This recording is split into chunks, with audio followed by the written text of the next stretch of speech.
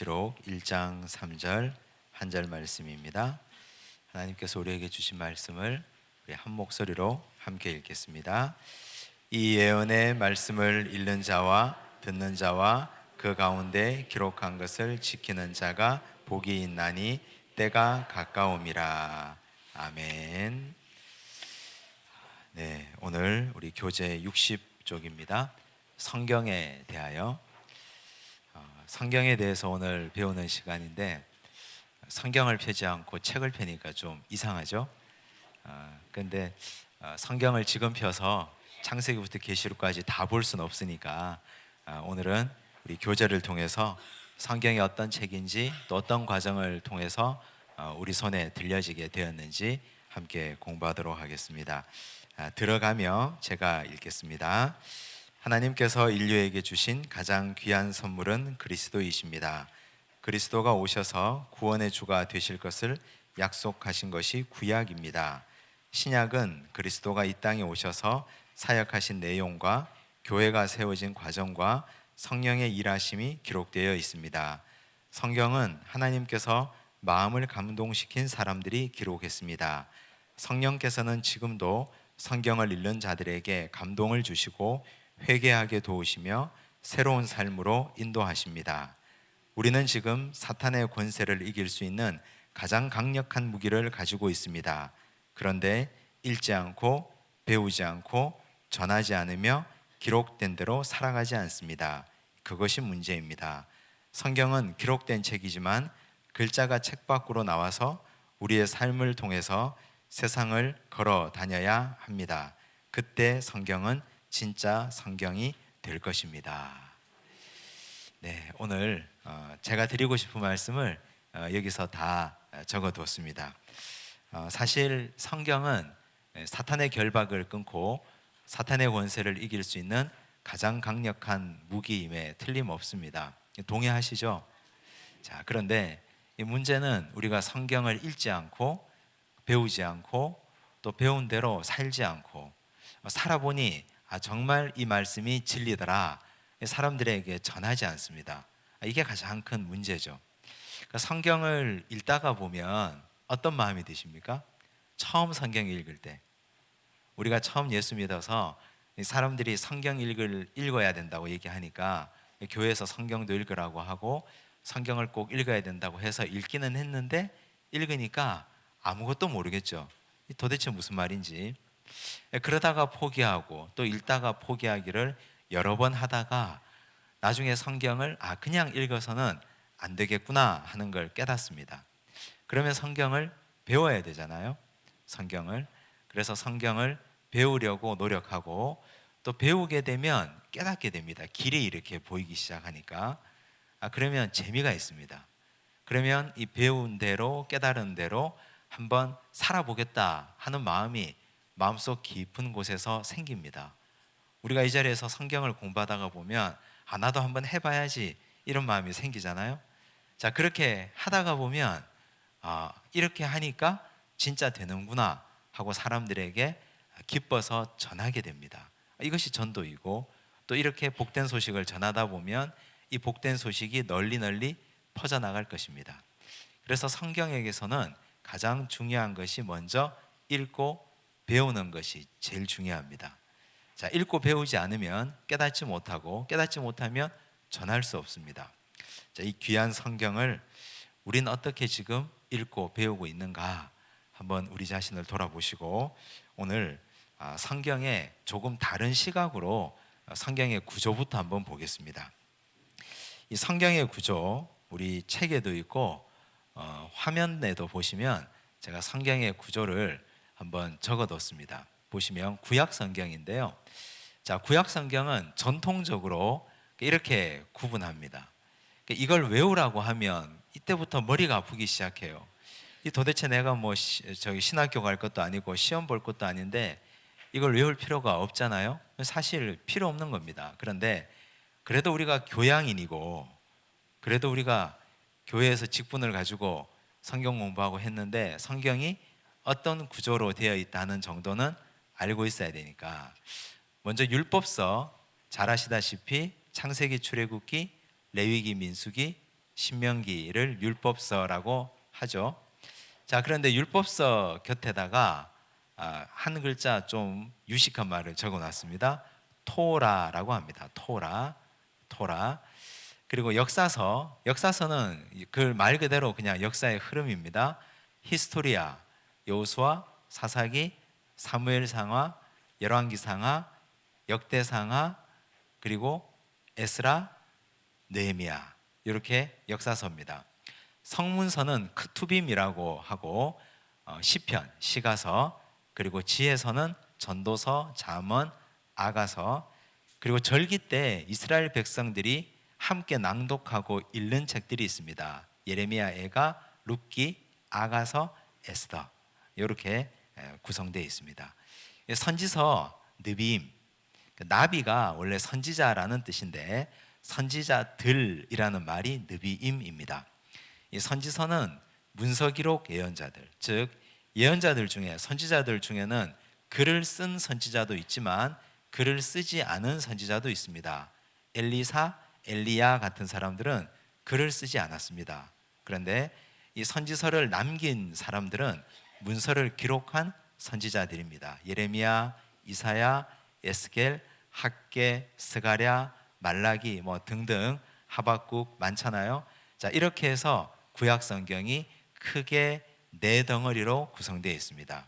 그래서 토라, 히스토리아, 크투빔, 느비임, 역사서, 율법서, 역사서, 성문서, 선지서, 이렇게 나눕니다. 그런데 사실 이렇게 구분하면 성경을 이렇게 읽어가다가 보면 굉장히 힘이 듭니다. 읽어내기가. 우리는 사실 창세기도 역사잖아요. 출애굽기도 역사로 봅니다. 그런데 성경의 구분은, 학자들이 구별할 때는 창세기와 출애굽기는 율법서의 범주에 넣어버렸습니다. 우리가 동의하든 동의하지 않든 나한테 묻지도 않고 자기들끼리 마음대로 그렇게 해버렸습니다.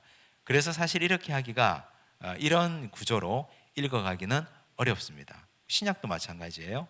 신약을 한번 보시면, 넘겨주세요. 보시면 복음서, 마태, 마가, 누가, 요한이라고 되어 있죠. 알고 계시죠, 그죠? 복음서. 역사서는 사도행전입니다. 그리고 서신서는 바울이 쓴 편지도 있고 바울이 아닌 다른 사람이 쓴 편지도 있습니다. 이걸 일반 서신이라고 하죠. 예언서는 요한계시록입니다. 간단하죠, 그죠? 자, 이렇게 되어 있습니다. 그런데 복음서가 왜 똑같은 얘기가, 예수님 복음 이야기가 네 권이나 비슷한 이야기가 네 권이나 기록되어 있을까? 성경을 읽어가다 보면, 이거 전에도 읽었는데, 마태복음에도 읽었는데, 마가복음 읽다 보니 또 있네, 누가복음이 읽으니까 또 있어요. 자, 그래서 짜증이 나요. 한 번만 하지 이거 세 번, 네 번씩이나 자꾸 이런 식으로 한다고 사람들이 짜증을 내요. 그런데 그건 그렇게 볼 것이 아니고, 한 가지 사건을 오늘 이 자리에서, 제가 오늘 이 자리에서 이렇게 말씀을 전했습니다. 여기 많은 분들이 모였습니다. 근데 집에 돌아가서 각자가 은혜 받은 것이 다 달라요. 그렇겠죠? 어떤 분은 제 넥타이에 은혜 받은 분도 계시고, 또 어떤 분은 제가 시간을 짧게 마치는데 은혜 받은 분도 계시고, 또 어떤 분은 아주 독특하게도 아까 좀 전에 했던 구약 성경을 네 덩어리로 나눈 것, 이거 굉장히 학문적이다, 거기에 크게 은혜 받은 분도 계시고, 우린 도저히 이해할 수 없지만 뭐 그런 여러 가지 유형의 분들이 계세요. 예수님이 이 땅에 오셔서 어떤 행동을 하셨습니다. 오병이어 사건을 행하셨어요. 근데 제자들이 보니까 어떤 사람은 예수님이 오병이어를 행하실 때 손을 높이 들고 하늘을 우러러 축사하신 것에 은혜를 받았어요. 그걸 아주 집중적으로 기록해 놓은 제자도 있고, 또 어떤 이는 어떤 한 어린아이가 자기 도시락을 갖다 준 데 은혜를 받았어요. 그걸 기록해 놓은 제자도 있어요. 또 어떤 사람은 빌립에게 예수님께서 시험을 하려고, 야, 여기 있는 수많은 사람들을 먹이려면 얼마만큼의 떡이 필요할까? 라고 물었던 질문에 은혜 받은 사람도 있어요. 그걸 적었어요. 근데 또 어떤 사람은 빌립에게 물었던 것, 어린아이가 도시락 갖고 온 것, 이건 자기에게는 관심사가 아니에요. 그냥 예수께서 떡을 높이 들고 축사하신 것, 그것만 관심사예요. 그것만 적었어요. 만약에 복음서가 한 개만 있다면 우리는 축사한 것만 기억하는 거예요. 어린아이가 도시락 갖고 온 것도, 빌립에게 물어보신 것도, 그리고 너희가 먹을 것을 주라고 한 것도, 그것도 다 빠지고 그냥 하늘을 우러러 축사하신 것만 남아있다는 말이죠. 그래서 사건 하나를 입체적으로 볼 수 없습니다. 그러므로 복음서가 4권이나 있는 건 우리에게 큰 축복입니다. 한 가지 사건을 동쪽에서도 남쪽에서도 북쪽에서도 때로는 하늘에서도 드론을 띄워놓고 이렇게 굽어보면 시각이 다르게 보이잖아요. 그래서 여러분들이 성경을 읽으실 때 성경을 자세히 보면 한 가지 사건이 보면 이 사건이 마태복음, 마가복음, 누가, 요한에 나오면 옆에 갈로 해서 병행구를 적어뒀어요. 거기를 찾아서 함께 읽어보셔야 됩니다. 아, 이 본문이 여기는 이렇게 쓰여져 있구나. 그러면 훨씬 더 은혜가 됩니다. 아무튼 신약은 이렇게 되어 있는데 요즘은 요즘 우리 교회에서 주일날 오후 3시부터 시작해서 성경 읽기를 하잖아요. 성경이 읽어지네라는 책도 있고 통큰 성경 90일 통독 이런 프로그램도 있어요. 자, 그런 프로그램에서 핵심적으로 하는 게 뭐냐면 성경을 시간 순으로 보기예요. 성경을 시간 순으로. 우리 그 다음 페이지 한번 보여주세요. 자, 이제는 전통적인 구별을 다 내려놓고 구약을 시간의 흐름으로 한번 보자 하는 시도입니다. 보면 먼저 역사서를 이렇게 흘려놓아요. 아까 우리가 옛날에 학자들이 기록한 역사서는 창세기 출애굽기는 역사서의 범주에 들어있지 않았습니다. 창세기 출애굽기는 율법서 토라였어요.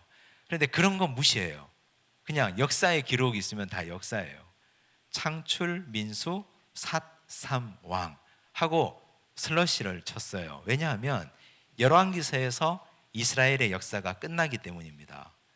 창세기부터 시작된 역사가 열왕기 상하까지 흘러가다가 열왕기서에 가면 망해버려요. 그렇죠? 자, 인간의 역사는 나라가 망하면 인간의 역사는 어떻게 됩니까? 인간의 역사는 망하고 끝나죠. 뭐 나라가 망했는데. 근데 희한한 게 하나님 나라는 망했는데 계속 성경에 남아 있어요. 망하고 나서 기록된 것들이 역대기 그리고 에스라, 느헤미야예요. 역사서가 망하기 전에 역사서는 창출, 민수, 삿삼왕이고, 그리고 망하고 난 뒤에 역사서는 역대기 그리고 에스라, 느헤미야. 이렇게 망하고 난 이후의 역사예요. 예를 들어 이제 이 역사서를 뼈대를 이렇게 세웠어요. 사람에게 척추가 중요한 것처럼 이 척추에 뼈대를 세우고 이 사이에 역사서 아닌 것들을 끼워 넣습니다. 출애굽기하고 레위기를 끼워 읽어요. 왜냐하면 출애굽기에는 성막 만드는 거 나오죠. 제사장의 의복 만드는 거 나오죠. 레위기에도 똑같이 성막과 제사장의 의복 만드는 게 나와요. 그래서 출애굽기와 레위기를 함께 읽어야 된다 이런 뜻이고, 민수기와 신명기도 같이 읽어버려요. 같이. 그리고 열왕기 상하에 보면 왕들의 이야기가 쫙 나오잖아요. 북왕국의 왕들, 남왕국의 왕들이 나오는데 왕들이 잘하면 선지자가 말을 합니까? 안 합니까? 안 하죠. 왕들이 악한 행동을 하면 선지자들이 벌떼처럼 일어나겠죠. 선지자들이 많이 활동했다는 건 그 당시의 정치가 어땠다? 엉망이었다. 그래서 열왕기 상하를 읽어가면서 왕들의 이야기를 읽어가면서 선지자들을 함께 읽는 거죠. 그렇게 읽어가지 않으면 이사야, 예레미야, 에스겔을 통째로 계속 같이 읽어버리면 이사야가 어느 시대에 활동했던 선지자인지 우린 알 길이 없습니다. 그런데 히스기야와 이사야를 같이 읽어야 돼요. 히스기야와 이사야를. 왜냐하면 히스기야가 아수르의 침입 때 너무너무 마음이 답답하고 힘들어서 하나님께 엎드려 기도했거든요. 그리고 나서 자기로서는 하나님의 뜻을 깨달아 알 수 없으니까 그 당시 예언했던 선지자 이사야에게 사람을 보냅니다. 하나님이 뭐라고 너에게 대답하시더냐? 물어봐요. 이사야가 하나님께 기도하고 하나님의 말씀을 받아서 히스기야에게 전달합니다. 그렇게 이해한다면 히스기야를 열왕기 상하에 읽다가 이사야를 읽어야 되겠죠. 그렇게 해서 끼워 읽기를 하는 거죠. 이것이 오늘날의 성경 읽기입니다. 우린 그렇게 읽는 것이 훨씬 더 시대와 역사를 알기에 편하다는 사실. 자, 신약도 한번 볼까요? 신약도 역시 그런 식의 읽기를 시도합니다. 복음서를 보면요, 예수님의 행적을 시간 순으로 흘려놔요. 예수님의 행적을 시간의 좌표대로 마태, 마가, 누가, 요한을 다 흘려놓는데 예수님의 행적의 시간의 좌표에 포인트가 되는 게 절기입니다. 절기. 예수님은 절기 때마다 어디로 갔습니까? 예루살렘에 가야 되잖아요. 원래 예수님의 살았던 삶의 반경은 저 북쪽 갈릴리예요. 갈릴리에서 예수님은 늘 돌아다니셨어요. 그런데 예수님이 절기 때마다 남쪽에 가서 예루살렘에 가셔요. 남쪽에 갈 때마다 사건이 일어나죠. 죽은 자도 살리고 병든 자도 고치고 그리고 유대인들과 논쟁도 하고, 그래서 절기를 기준으로 시간을 흘려보냅니다. 이것이 복음서의 성경 읽기입니다. 사실 우리가 이렇게 해서 지난번에 한 몇 년 전에 신약도 공부했고 구약도 공부를 했습니다. 다 잊어버리셨죠? 잘하셨습니다. 이제 다음번에 다시 우리가 또 그렇게 시간의 흐름에 따라 공부를 할 것입니다. 자, 그리고 사도행전과 바울성신을 함께 읽어야 되는데 사도행전은 바울이 복음을 전하면서 다닌 역사의 기록이잖아요. 그런데 예를 들어 사도행전 18장 23절에서 21장 16절까지는 바울이 3차 전도여행 때 있었던 일들이 거기 다 기록되어 있거든요. 에베소 중심으로. 근데 바울이 자신의 바울 서신을 여러 권을 썼는데 그중에 고린도 전서, 후서, 로마서를 3차 전도여행 기간 전후에 썼어요. 그렇다면 사도행전 18장 23절에서 21장 16절까지를 읽을 때는 고린도 전서, 후서 또 로마서를 함께 읽어야 돼요. 그래야 이해가 됩니다. 그렇지 않고 바울 서신만 통째로 계속 읽고 앉아 있으면 도대체 이 편지를 어디서 누가 왜 어떤 목적으로 누구에게 썼는지 알 수가 없습니다. 그래서 이런 시간의 흐름을 따라 역사를 흘린다는 사실을 이해하시면 좋겠습니다. 자, 이제 성경이 우리에게 오기까지 한번 보시면 우리 교재는 61쪽입니다.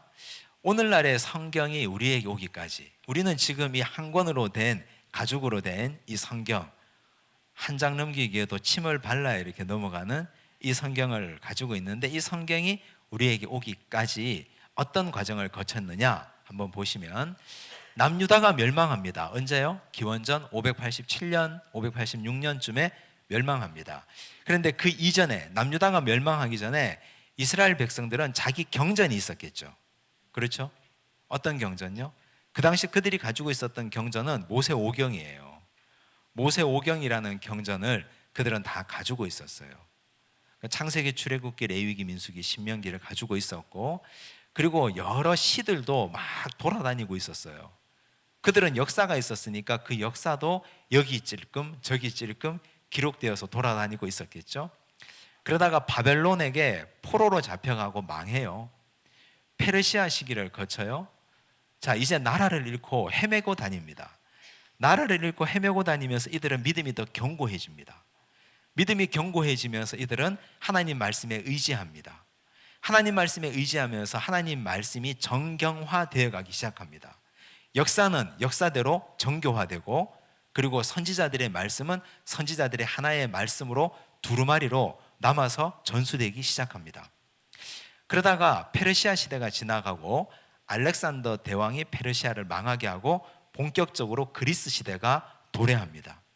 그런데 알렉산더 대왕은 알다시피 오래 살지 못하고 죽어요. 그런데 알렉산더 대왕의 부하 중에 한 사람이었던 프톨레마이오스라는 사람이 왕이 돼요. 근데 이 사람은 굉장히 착한 사람이에요. 이 사람이 팔레스타인 그 지역을 통치하기 위해서 이 지역의 사람들의 마음을 얻기 위해서 성경을 번역해 주기로 결정합니다.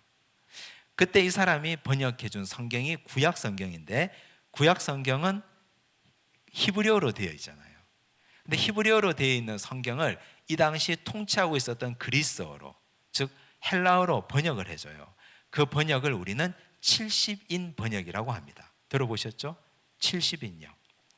사실은 각 지파별로, 이스라엘의 12지파별로 6명의 대표자를 뽑았다 그래요. 그러면 총 몇 명입니까? 12 곱하기 6 하면 72명이죠. 72명의 랍비들이 함께 모여서 성경을 번역했다고 합니다. 그래서 히브리어 성경을 그리스어로 번역한 70인역 성경이 프텔레마이오스 시대 때 처음 만들어져요. 그리고 나서 그 다음 이후에는 이단들의 침입이 많았고 논쟁을 거듭하다가 이제 AD 90년경에 얌야회의라는 종교회의에서 구약 39권이 정경으로 확정이 됩니다. 이 성경이 진짜 유일한 하나님의 말씀인 권위 있는 구약이다, 이렇게 확정이 됩니다. 그래서 지금 우리가 가지고 있는 구약 성경은 AD 90년경에 정경으로 확정이 되었다, 이렇게 이해하시면 되겠습니다. 뭐 그 안에 더 복잡한 과정들이 있지만 이 정도로 이해를 하시고 신약으로 넘어가겠습니다. 자, 이제 신약 정경의 형성 과정입니다. 자, 신약 성경은 총 27권입니다. 그런데 이것이 오늘 우리에게 어떻게 우리 손에 들어오게 되었을까? 신약 성경의 자료는 뭡니까? 복음서의 자료, 예수님의 행적과 말씀이죠. 예수님이 어디를 다니면서 무슨 말씀하셨다, 예수님이 오늘은 어떤 기적을 행하셨다, 이게 가장 중요한 자료가 되죠. 자, 그런데 예수님이 부활하고 승천하시고 난 이후에 제자들이 공동체를 이루어요. 자, 베드로는 베드로 공동체를 이룹니다. 자기하고 성격이 맞는 사람들이 모이겠죠, 그죠? 요즘도 보면 목사님들 성향에 따라 성도들도 그런 성향으로 이렇게 따라가잖아요. 열정적이고 뜨겁고 또 기도 많이 하고 하면 성도들도 그렇게 되고, 조용하고 차분하고 이런 목사님이면 성도들도 또 그렇게 가고, 베드로가 성격이 급하고 또 다혈질이기도 하고 그리고 열정적이니까 그런 공동체가 모였고, 요한도 요한의 공동체를 형성했습니다. 그래서 예수님이 승천하시고 난 이후에 제자들의 공동체가 생겼고, 제자들 공동체에서 제자들은 자기 공동체 아래 모인 사람들에게 매번 모일 때마다 뭘 하겠습니까? 설교하겠죠. 이 설교한 것이 마태가 전한 복음 해서 마태의 복음으로, 마태 공동체에서 받아쓰기를 잘하는 사람이 받아쓴 거예요. 이렇게 받아쓰고, 마태가 예수님의 행적을 성령의 이름으로 깨달아서 쓰고 기록한 것이고, 그리고 요한의 공동체도 그랬고, 다 그래서 공동체 중심으로 사본이 많이 형성이 됐습니다. 그리고 나서 서신서는 어떻게 되었느냐? 이제 복음을 전하는 복음 전도자들이 다니면서 편지를 썼어요. 편지를 써가지고 자신이 믿는 하나님에 대한 간증, 예수님에 대한 간증을 쓰기 시작했어요. 그 당시에 많은 회람들이 막 돌아다녔는데 그 중에 가장 권위 있는 회람들이 바울의 서신, 베드로의 서신, 그리고 요한의 서신. 베드로와 요한은 예수님의 제자 중에 넘버 1, 2 아닙니까? 그리고 야고보도 마찬가지고, 야고보는 예수님의 동생이었잖아요. 요한 그렇고 베드로 그렇고 바울은 말할 것도 없고, 그래서 그런 분들의 서신이 집대성되고 모이기 시작했습니다. 이제 이것이 정경화 과정을 거치는데, 정경화 과정은 쉽게 말하면 이겁니다. 어느 것이 진짜고 어느 것이 가짜냐. 편지 중에도 가짜가 쓴 편지들이 있을 것 아닙니까? 이단들이 쓴 편지도 있을 것 아니에요. 이런 것들이 총 얼마 동안 지속됐느냐? AD 397년까지 지속됩니다. 굉장히 오랫동안. 그래서 신약 성경이 27권으로 확정될 때는 AD 397년 카르타고 회의입니다. 이때 신약 성경 27권이 확정됩니다. 구약은 AD 90년 얌야회의, 신약은 AD 397년 카르타고 회의. 여기서 신구약 성경이 완성이 됩니다. 자, 뭐 그건 신약과 구약이고, 이제 그렇다면 이 성경이 우리 손에 들어올 때, 우리말로 번역될 때는 어떻게 번역이 되어 왔을까? 궁금하지 않으십니까? 사진을 한번 보여주세요. 자, 첫 번째 사진. 자, 이게 보이십니까?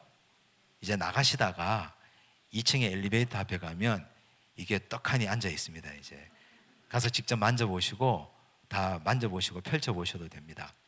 제가 가지고 있는 건 영인본인데, 영인본이라 하는 건 진품을 사진도 찍고 스캔을 해서 마치 진짜처럼 만들어 놓은 것입니다. 이게 지금 영인본을 제가 사진을 찍은 거예요. 제목이 예수선교 누가복음 전서예요. 누가복음 전서. 자, 1882년 우리말 최초 번역 성경입니다. 누가 썼을까요? 존 로스라는 분이 썼습니다. 존 로스. 우리나라 사람이 아니에요. 어느 나라 사람입니까? 스코틀랜드 사람입니다. 스코틀랜드 사람이 우리나라 사람인 서상윤이라는 분의 도움을 받아서 쓴 최초의 한글 성경입니다. 1882년 중국 만주에서 쓴 성경입니다. 자, 그런데 이 성경이 지금 여기 보면 보이실는지 모르겠는데, 예수선교 누가복음 전서에 보면 우리가 지금 볼 때 왼쪽에 아래쪽에 보면 심양이라고 보이십니까? 심양 문광서원이라고 되어 있어요. 심양은 중국 심양 아시죠? 중국 심양의 문광서원이라는 곳에서 최초의 삼천부를 찍었습니다.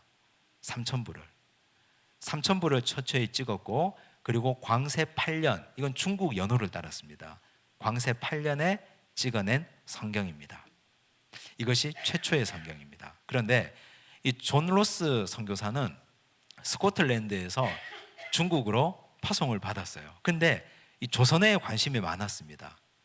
조선 사람 이응찬이라는 사람을 만납니다. 이응찬이라는 사람을 만나서 그 사람에게 조선어를 배웁니다. 이 이응찬이라는 사람은 의주 사람이에요. 이제 이북 사람. 그래서 처음에 배울 때 저 의주 사투리를 배웠어요.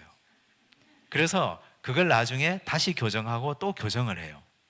자, 이영찬이라는 사람을 통해서 조선어를 배웠고, 나중에 서상윤 그리고 그의 동생인 서상조라는 형제와 함께 성경 번역을 시작합니다. 서상윤이라는 사람은 굉장히 심한 병에 걸렸는데 맥킨타이어라는 선교사를 만나서 병 고침을 받습니다. 그리고 나서 회복되고 맥킨타이어가 존 로스를 소개해 줍니다. 그래서 존 로스를 통해서 영어도 배우고, 그리고 그가 언어의 감각이 있었던 것 같아요. 존 로스가 서상윤을 통해서 한국어를 번역하기 시작했고, 그때 처음 번역한 성경이 오늘 이 성경 예수선교 누가복음 전서 첫 번째 책입니다. 그리고 나서 요한복음도 펴내요. 오늘 우리 교재 보시면 1887년이 되자 최초의 성경인 누가복음을 펴내고, 몇 년 지났어요? 5년 지났죠. 5년 지나고 나서 최초의 완역 신약을 완역했어요. 예수선교 전서를 펴냅니다. 로스는 스코틀랜드 성서공회의 후원을 받아서 이 책을 펴냈습니다. 자, 그리고 1890년 1호부터 이제 3년이 지나요. 이제 다시 그 다음 그림 보여주십시오. 자, 1890년, 지금 여기 기록되지 않는 걸 지금 보여드리는 겁니다. 이건 누가복음 전이라는 책인데, 이 책은 누가 썼냐 하면 아펜셀러와 조성규라는 분이 썼습니다. 아펜셀러와 조성규가 다시 누가복음을 썼는데, 이건 그 이전에 1882년에 최초의 성경 존 로스가 번역한 누가복음을 조금 더 우리나라 사람들이 알아보고 읽기 쉽게 조선어에 더 가깝게 번역한 책입니다. 그래서 개역 누가복음이라고 생각하시면 됩니다. 아펜셀러 아시죠? 그죠? 감리교회 최초의 선교사 아펜셀러가 조성규라는 사람과 함께 번역한 개역 성경입니다. 다시 우리 교재를 보시면, 자, 1900년에 신약 전서 완역본이 나오고, 그리고 1911년에 구약이 나와요. 구약이. 우리나라 성경이 굉장히 빨리 번역되고 있는 거죠. 시간을 보시면. 그런데 이전에 1898년에 시편이 나옵니다. 다시 사진 보여주세요. 시편 차료 1898년에. 이 책을 쓴 사람은, 이게 시편 150편까지 다 있거든요. 이 책을 쓴 사람은, 번역한 사람은 피터슨이라는 미국 사람이에요. 미국 분이 시편 1편에서 150편까지를 다 우리말로 번역했습니다. 이분은 언어적인 감각이 아주 특별한 분입니다. 지금 이제 끝나고 나가시다가 최초의 성경 이 시편 차료, 아까 아펜셀러가 다시 개역한 성경 3권이 있습니다. 살펴보시고 실컷 보시고 하시면 됩니다. 자, 다시 우리 교재를 보시면, 그러다가 시간이 한참 지나서 전쟁이 끝나고 1961년에 성경전서 개역 한글판, 옛날 성경이죠. 옛날 성경, 우리 부모님들이 보시던 옛날 성경, 세로로 이렇게 막 내려오던 성경, 그 성경이 1961년에 신구약 합본으로 우리에게 들려졌습니다. 자, 그리고 또 여기서 중요한 것이요, 1998년 성경전서 개역 개정판이 나와요. 자, 개역 개정은 왜 했느냐 하면, 이제 시간이 지나니까 신세대들이 생겨나고 젊은 사람들이 생겨나는데 성경에 고어체 표현들이 많았거든요. 1961년도 성경은. 그리고 번역이 급하게 하다 보니까 오역도 있고 좀 잘못된 것도 있었어요.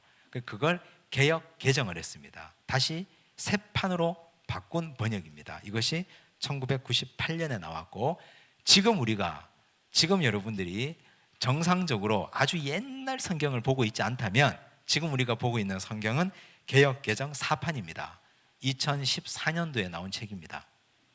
성경 나중에 앞뒤에 이렇게 출판사하고 이렇게 넘겨보시면 4판이라고 나와요. 개역 개정 4판 2014년도에 나왔습니다.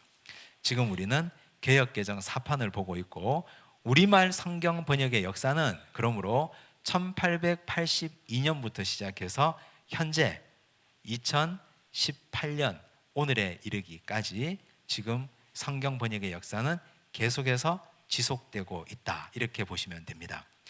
이제 우리가 존 로스 선교사에 대해서 조금 더 이해를 하려면 존 로스 선교사가 중국 심양에 세운 교회를 한번 보셔야 됩니다. 사진 한번 보여주십시오. 이 교회입니다. 이 교회가 심양에 가면 있는 동관교회입니다. 심양의 서탑거리에 가면 이 동관교회가 있는데, 지금 여기는 보시면 헛간도 아닌 것 같고 이렇게 되어 있잖아요. 여기 팻말을 조금 확대해서 볼 수 있을지 모르겠는데, 이 팻말에는 조선 성경 번역 역사 박물관이에요. 여기가 조선 성경 번역에 대한 자료들이 여기에 다 전시되어 있습니다. 그 다음 사진 보여주세요. 자, 그 다음 보시면 여기는 동광교회 내부입니다. 이렇게 동광교회가 지금도 예배 드리고 있는 곳이에요. 자, 그 다음 여기 보면 지금까지 동광교회를 목회했던 목사님들, 역대 담임 목사님들의 사진이 있어요. 제일 왼쪽에 수염난 할아버지, 머리 벗겨지고 보이십니까? 이분이 존 로스 선교사예요. 이분이 존 로스. 그래서 동광교회에 가서 처음 교회를 세우시고 목회를 하시고 우리말 성경 번역의 기지로 이 자리에 계셨다는 것. 그래서 나중에 중국 가시면 어디 저 맛있는 거 먹으러만 가지 마시고 이런 데를 좀 보고 오시면 좋겠어요. 동관 심양에 가셔서 서탑에 가서 동광교회를 보자 해서 한번 보시고 여기서 사진도 찍고 오시면 됩니다. 여기 가면 한글로도 다 되어 있습니다. 한글로도 존 로스 선교사에 대해서 이렇게 다 써놨습니다. 교회도 예배당도 마음대로 드나들 수 있어요. 가서 앉아서 느껴보시고 기도도 하고 오시면 좋겠습니다. 자, 이렇게 우리가 구약도 신약도 어떻게 성경이 번역되어 왔는지, 이 성경 번역의 역사가 어떻게 이루어져 왔는지를 잘 기억하라고 말씀을 드렸습니다. 존 로스 선교사가 가졌던 모토는 딱 한 가지입니다. 가장 좋은 훌륭한 선교사는 말씀이다. 가장 훌륭한 선교사는 말씀이다. 이것이 이 사람의 유일한 선교의 모토였습니다. 그래서 이분은 죽을 때까지 말씀만 번역했습니다. 성경 번역하다가 부인도 죽었고요, 자녀도 죽었습니다. 그런데 그분은 뭐 그런 건 아랑곳 하지 않고 왜 인간적인 슬픔은 없었겠습니까? 그런데 그분은 계속해서 성경 번역에 전념했습니다. 우리나라에는 복음이 들어오기 전에 이미 성경이 번역되어 있었습니다. 공식적으로 선교사가 오기 전에 성경 번역이 이미 이루어져 있었던 아주 독특한 역사를 가진 한국 선교 역사입니다. 나중에 다음 학기에 한국교회사를 공부할 때 그때 조금 더 자세히 배우도록 하겠습니다. 63쪽입니다. 자, 그러면 이 말씀은 구체적으로 어떤 능력을 가지고 있느냐? 말씀은 먼저 악과 싸워 이기는 힘이 된다. 우리 예수님께서도 사탄과 맞서 싸우실 때 이렇게 싸웠습니다. 잘 아시다시피 자, 마태복음 4장에 보면 예수께서 사탄이 시험할 때 3번이나 이렇게 말씀하셨죠. 4절에 예수께서 대답하여 이르시되 기록되었으되, 기록되었다는 말은 구약의 성경을 인용해서 말씀하셨다는 거죠. 7절에도 예수께서 이르시되 또 기록되었으되, 10절에도 이에 예수께서 말씀하시되 사탄아 물러가라 기록되었으되. 우리 주님은 구약에 기록된 말씀을 가지고 와서 말씀으로 사탄과 싸웠습니다. 우리가 자꾸만 죄의 유혹에 굴복하고 넘어지고 쓰러지고 자꾸 우리가 연약하다고 느끼면 하나님의 말씀을 많이 읽고 묵상하고 외우고 마음속에 많이 담아둬야 됩니다. 그래야 사탄의 시험이 올 때 이 말씀을 그때그때 끄집어내서 그 말씀이 검이 되어서 사탄과 맞서 싸울 수가 있습니다. 창고가 텅텅 비어있고 아무것도 없으면 사탄이 유혹할 때 그런가 보다 하고 끌려가고 그런가 보다 하고 이리 넘어가고 저리 넘어가고 나중에 정신 차리고 보면 다 털리고 아무것도 없어요. 그래서 예수님처럼 말씀을 많이 가지고 계셔야 됩니다. 그 다음 나오죠. 말씀은 사탄을 이기는 공격 무기가 되는데 에베소서 6장 17절에 보면 구원의 투구와 성령의 검 곧 하나님의 말씀을 가지라. 가지라. 여기 가지라고 했는데 이 가지라는 말이요, 테코마이라고 되어 있어요. 테코마이. 이 테코마이라는 말은요, 신약 성경에 총 57번이 나오거든요. 근데 이 말은 거의 다 용례가 영접하다라는 뜻이에요. 가지다는 말이. 우리는 가지다 이러면 막 쟁취해야 되고 가서 빼앗아야 되고 그런 느낌이잖아요. 그런데 여기 이 가지다는 뜻은, 테코마이는 그런 뜻이 아니고 영접하다라는 뜻입니다. 쟁취하는 거하고 영접하는 거하고는 다르지 않습니까? 영접은 어떤 느낌입니까? 마음 활짝 열고 무장해제하고 말씀이여 오십시오, 저는 있는 그대로 받겠습니다, 이런 느낌이잖아요. 그래서 우리가 사탄의 공격을 이기기 위해서는 하나님의 말씀을 의심 없이 받아야 돼요. 주의 말씀을 의심 없이 영접해야 됩니다. 우리가 의심 없이 주의 말씀을 영접하고 받고 그 말씀을 내 인생의 새로운 약으로 섭취할 때, 그때 우리는 이것이 유일한 사탄을 이기는 공격 무기가 됩니다. 주의 말씀을 영접하는 자에게 권세가 있습니다. 영접하지 않으면, 받지 않으면, 이걸 내가 가지지 않으면 이 말씀을 가지고 힘내어서 싸울 수가 없습니다. 의심하지 말고 주의 말씀은 말씀 그대로 받으시기를 바랍니다. 자, 복의 근원. 자, 복의 근원이 된다 했는데요. 신명기 28장 1절에 보면, 자, 후반절 말씀을 먼저 볼게요. 내 하나님 여호와께서 너를 세계 모든 민족 위에 뛰어나게 하실 것이라. 내일이 수능일인데 이거 가지고 3년 동안 기도하신 부모님들도 많이 계실 겁니다. 하나님께서 우리 자녀를 세계 모든 민족 위에서 뛰어나게 하신다 그랬는데 이 말씀 외워. 그러면 너를 하나님이 세계 모든 민족 위에 뛰어나게 하실 거야. 근데 그 앞에 말씀이 중요하잖아요. 내가 내 하나님 여호와의 말씀을 삼가 듣고, 삼가는 뭡니까? 자세를 바르게 하고 영접하는 마음으로 마음을 열고 그리고 경청하고 듣고 오늘 네게 명령하는 그의 모든 명령을 지켜 행하면. 듣고 어떻게 해요? 지켜 행하면. 듣고 지키면 모든 복은 따라올 것이다. 복을 갈망하지 마라. 말씀을 따라가라. 그러면 복은 너를 따라올 것이다. 우리는 복을 쫓아가거든요. 복이 우리 인생의 목적이 되고, 내가 이걸 복이라고 생각하면 그 복을 어떻게든 손에 넣으려고 쟁취하려고 따라갑니다. 그런데 그런 인생 살지 마라. 말씀을 따라가면 복이 너를 따라올 것이다. 오지 마라 그래도 복이 무조건 너를 따라온다. 이 원리를 잊으시면 안 됩니다. 말씀을 열린 마음으로 듣고 행하려고 애쓰십시오. 어떻게든 하나라도 해보려고 발부둥 쳐 보십시오. 투쟁해 보십시오.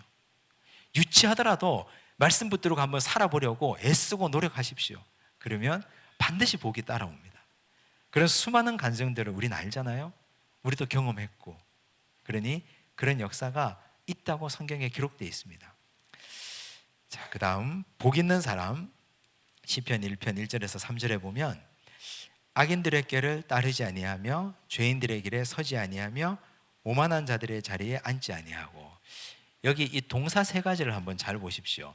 악인들의 꾀를 따라가다 보면요, 따르는 건 쫓아가는 거잖아요. 열심히 쫓아가다가 보면 나중에 자리를 잡고 떡하니 서게 돼요. 그 자리에 처음에는 이리저리 다니다가 나중에는 자리를 잡고 서고 보면 나중에 어떻게 됩니까? 거기에 앉아버립니다. 주저앉아 버려요. 일어나지 못해요. 악인들의 꾀는 말씀과는 반대되는 개념입니다. 하나님의 말씀이 아닌 사람들의 말, 진리의 말씀을 흐리는 것들, 이런 것들은 다 악인들의 꾀입니다. 이걸 여기 쫓아다니고 저기 쫓아다니다 보면 나중엔 내 마음에 드는데 내가 서고 거기에 앉고 나중엔 드러눕습니다. 못 일어나요. 헤어나질 못해요. 누가 뭐라고 해도. 하나님께서 한번 제대로 쳐야 그제서야 정신 차리고 일어납니다. 자리 털고. 그래서 우리는 하나님의 말씀을 즐거워해야 되겠죠. 2절 오직 여호와의 율법을 즐거워하여 그의 율법을 주야로 묵상하는도다. 묵상은 뭡니까? 먹고 되새김질하고 또 먹고 또 되새김질하고. 되새김질 한다는 것은요, 먹었던 걸 다시 본다는 거잖아요. 우리 성도들이 그랬으면 좋겠어요. 이 말씀 이거 다 아는 건데 이거 다 아는 건데 오늘 또 이 본문 가지고 또 설교하네. 그러지 않았으면 좋겠어요. 왜냐하면 묵상하라 그랬기 때문에, 되새김질 하라고 했기 때문에 한 말씀을 여러 번 읽고 곱씹고 묵상하고 또 묵상하고, 그러면 그 말씀이 1년 365일 매일같이 다른 진리의 말씀으로 샘솟아서 나에게 다가옵니다. 얼마나 은혜가 되는지 몰라요. 똑같은 말씀이라도. 그렇지 않습니까? 우리가 수십 년 동안 신앙생활하면 똑같은 말씀을 설교를 몇 번 듣겠어요. 들을 때마다 다르잖아요. 목회자는 할 때마다 다르고. 그 다음 그는 시냇가에 심은 나무가 철을 따라 열매를 맺으며. 심겨있는 나무는 불편하죠. 그 자리에 뿌리를 내리고 있어야 되니까. 그런데 그 나무는 결국은 철을 따라 열매를 맺습니다. 그 잎사귀가 마르지 아니하고 하는 일이 다 형통한다 그랬습니다. 형통의 복을 누리기 위해서는 말씀의 뿌리를 박아야 됩니다. 그 다음 페이지 보시면 예수님이 말씀입니다. 예수님 자체가 요한복음 1장 1절에 태초에 말씀이 계시니라 그랬죠. 예수님은 태초부터 계셨습니다. 그리고 그 말씀이 어떻게 되셨습니까? 1장 14절에 보니까 말씀이 육신이 되어 우리 가운데 거했다 그랬어요. 우리가 그의 영광을 보니 아버지의 독생자의 영광이요 은혜와 진리가 충만하더라. 이건 말씀이었는데 사람이 되셔서 막 걸어 다녔어요. 신기하죠? 하나님께서 메시아가 올 것이다, 임마누엘이 올 것이다 말씀을 했는데 그 말씀이 진짜 사람이 되어서 걸어 다니고 우리에게 기적을 베풀어 주셨습니다. 이게 오늘 우리에게 주는 교훈은 하나님의 말씀이 내 육체가 되어서 나도 하나님의 말씀을 실천하는 몸이 되어야 된다는 뜻입니다. 자, 우리는 하나님의 말씀이 사랑이라는 걸 누구를 통해서 깨닫습니까? 예수님의 행동을 통해서 깨닫습니다. 사랑은 성경에 적혀있는 사랑으로 깨닫는 것이 아니고 사랑이신 예수님을 통해서 사랑의 행위란 이런 것이구나 하는 걸 깨닫는 거예요. 사랑은 자기를 십자가에 내어서 온전히 죽는 것, 행동을 통해서 드러나야 사랑이거든요. 그러면 오늘 우리도 하나님의 말씀인 사랑이 내 행동을 통해서 드러나야 돼요. 보여져야 돼요. 사람들의 손에 잡혀야 됩니다. 이것이 바로 주의 말씀이 육신이 되는 것입니다. 우리 예수님은 하나님 아버지의 말씀이 육신이 되는 삶을 사셨고 우리는 하나님의 말씀을 우리가 그냥 집어삼키고 있어요. 그러면 안 되고 그 말씀이 내 육신이 되어서 내 손으로, 내 발로, 내 행위로, 내 입술로, 내 모든 표정으로 드러나야 됩니다. 사람들이 내 얼굴을 보고 사랑이구나, 예수 믿다니 사랑이구나, 이걸 느껴야 됩니다. 그래서 이렇게 말하죠. 요한일서 1장 1절에 태초부터 있는 생명의 말씀에 관하여는 우리가 들은 바요 눈으로 본 바요 자세히 보고 우리의 손으로 만진 바라. 말씀을 보고 듣고 만졌다니까요. 돌아다녔으니까. 우리 주변에 예수 믿지 않는 사람들도 나를 보고 당신이 말씀이군요, 당신이 성경이군요. 이런 찬사를 들어야 하지 않겠습니까? 그 정도 들으면 이제 신앙생활은 경지에 이른 겁니다. 성경을 대하는 자세, 첫째, 읽어야 되겠죠. 뭐니 뭐니 해도 읽어야 됩니다. 읽지 않으면 별 수가 없습니다. 읽지 않으면. 두 번째는 들어야 되죠. 읽고 듣고, 듣는 건 어떤 자세로요? 마음을 열고, 아까 말했죠? 테코마이, 영접하는 자세로 말씀을 가져라. 영접하는 자세로 들어야 됩니다. 그래, 한번 해봐. 내가 들어볼 테니. 이게 아니고 주의 종이 듣겠나이다. 말씀하십시오. 하시면, 말씀만 하시면 제가 듣고 따라가겠습니다. 이런 자세로 들어야 돼요. 그 다음, 자, 듣고 나면 듣는 것으로 그냥 딱 귀를 닫고 마음을 닫으면 안 되고, 그 다음 행동으로 말씀이 드러나야 된다 했죠.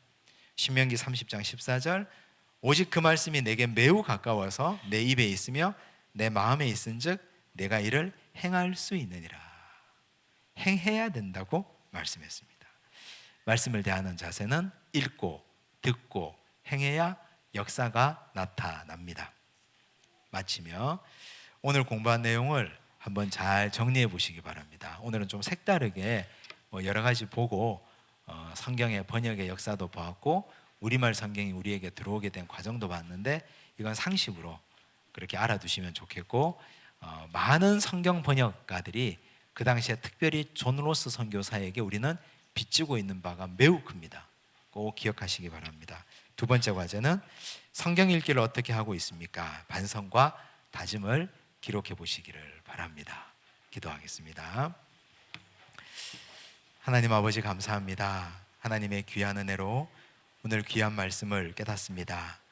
우리가 오늘 이 순간 의미 없이, 생각 없이, 뜻없이 읽고 있는 이 성경이 수많은 믿음의 선배들의 피와 땀과 수고의 결과임을 깨닫습니다. 그 옛날 구약의 선지자들로부터 시작해서 존 로스 선교사를 통해서 또 수많은 목회자를 통해서 오늘 우리에게 이 성경이 주어졌습니다. 하나님의 생명의 말씀이 많은 사람들의 핏값으로 우리 손에 들려졌는데, 우리는 이 진리의 말씀이고 우리의 영혼을 살리는 말씀을 읽지 않고 보지 않고 듣지 않고 마음을 열고 영접하지 않습니다. 주여 용서하여 주옵소서.